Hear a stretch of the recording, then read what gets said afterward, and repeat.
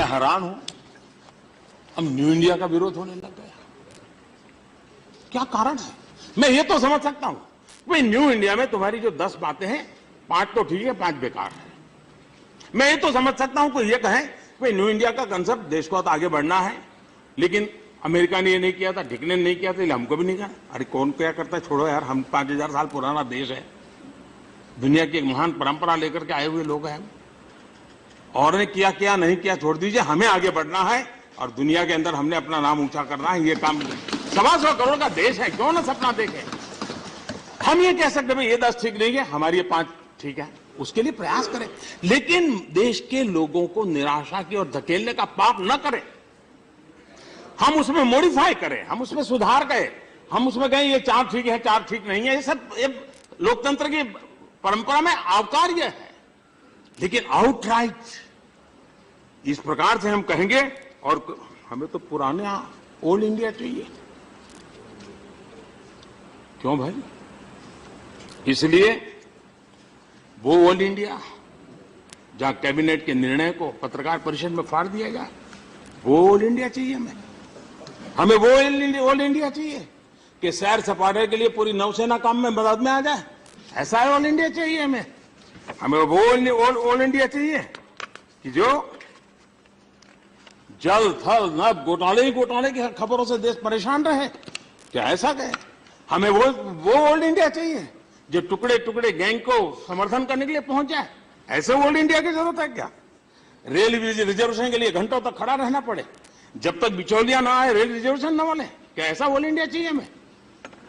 क्या हमें ऐसा ओल्ड इंडिया चाहिए कि गैस कनेक्शन के लिए एमपी के घर पर कतार लेकर के खड़ा रहना पड़े, एमपी 25 कूपन को लेकर के मारा घूमता रहे?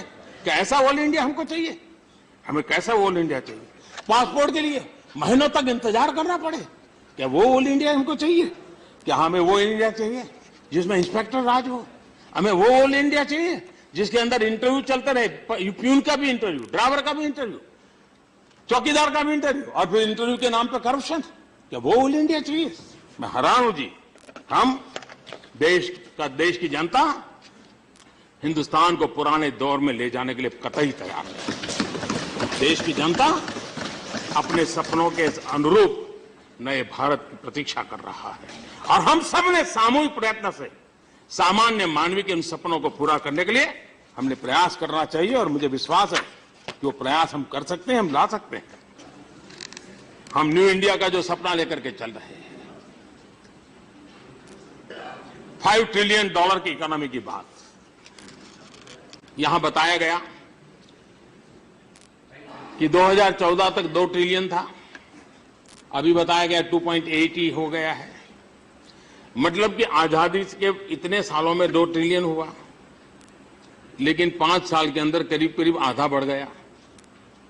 अगर 5 साल में आधा बढ़ सकता है तो आने वाले 5 साल में और बढ़ सकता है।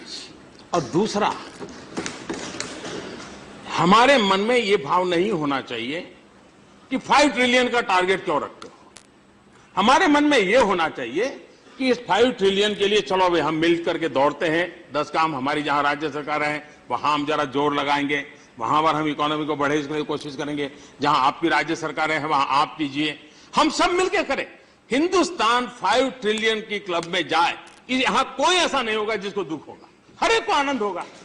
और इसलिए सकारात्मक विचारों को लाइए, हम स्वीकार करने के लिए तैयार हैं, हम सुनने के लिए तैयार हैं, क्योंकि हम वो लोग नहीं है कि जो ये मानते हैं कि बुद्धि बांटने आया तब मैं ही अकेला था। जी नहीं, हम तो आपसे भी सीखने के लिए तैयार हैं, क्योंकि देश चलाना है, देश का भला करना है जी। और इसलिए मैं चाहता हूं कि हम इन बातों को लेकर के एक नए भारत के लिए चलें।